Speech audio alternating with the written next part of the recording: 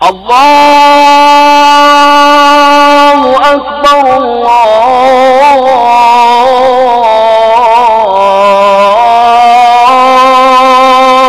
أكبر الله أكبر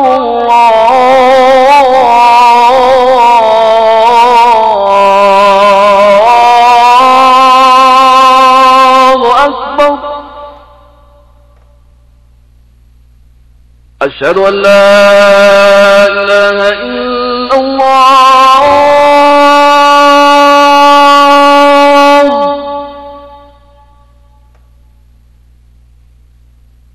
أشهد أن لا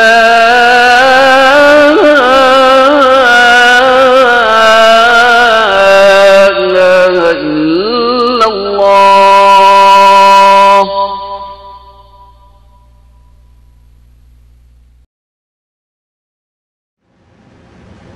بسم الله الرحمن الرحيم أشهد لا إله إلا الله وأشهد أن محمدا عبده ورسوله صلى الله عليه وسلم.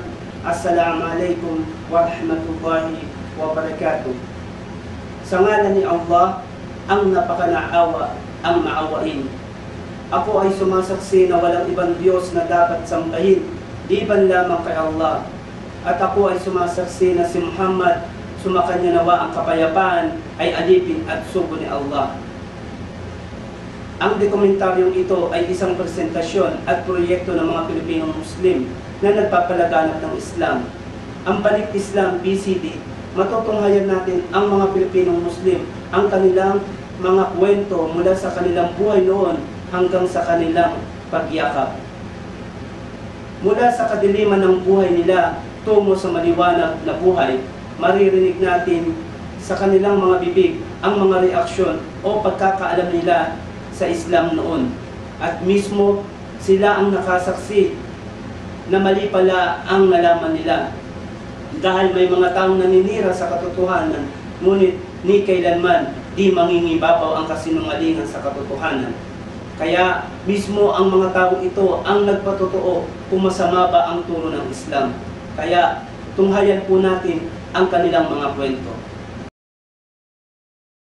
اليوم أكملت لكم دينكم وأتممت عليكم نعمتي ورضيت لكم الإسلام دينا.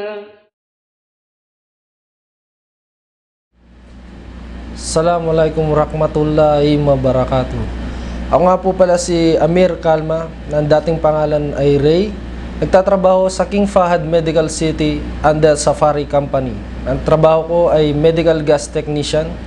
5 taon na ho akong naninirahan dito o nagtatrabaho dito sa Kingdom.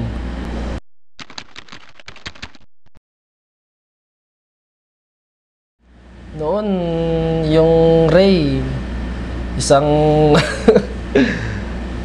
parang walang direksyon ng buhay eh. Gawa nga ng, siyempre, binata pa.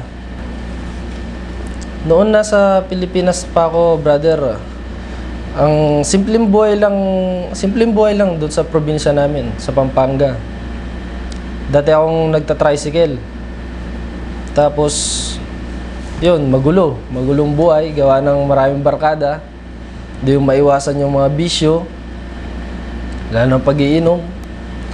Tapos hanggang sa nagkaroon ako ng sa sarili ko na bakit hindi ko subukan mag-ibang bansa para naman paano makatulong sa pamilya, dahil hindi rin sapat yung kinikita ko sa pamamasada, gawa ng magkano lang ang kita sa pamamasada, tapos hinuhulugan ko pa yung aking tricycle. Kaya ayun, nag-try ako sa taas. Binigyan niya ako ng pagkakataon na makarating dito. Yung nga, bilang janitor, nagtrabaho ako sa SEDER. Doon din sa King Fahad Medical City. Sa loob ng 6 na buwan, nakapagtrabaho ako bilang janitor.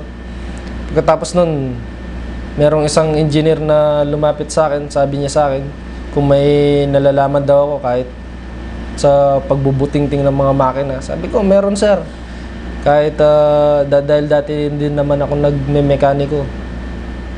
Ngayon, sinamahan niya ako, si Engineer Daud. Sabi niya sa akin, bakit hindi mo subukan mag-ano sa biomed kanya para naman madagdagan yung nalalaman mo, hindi yung habang panahon ganyan na lang yung trabaho mo dito.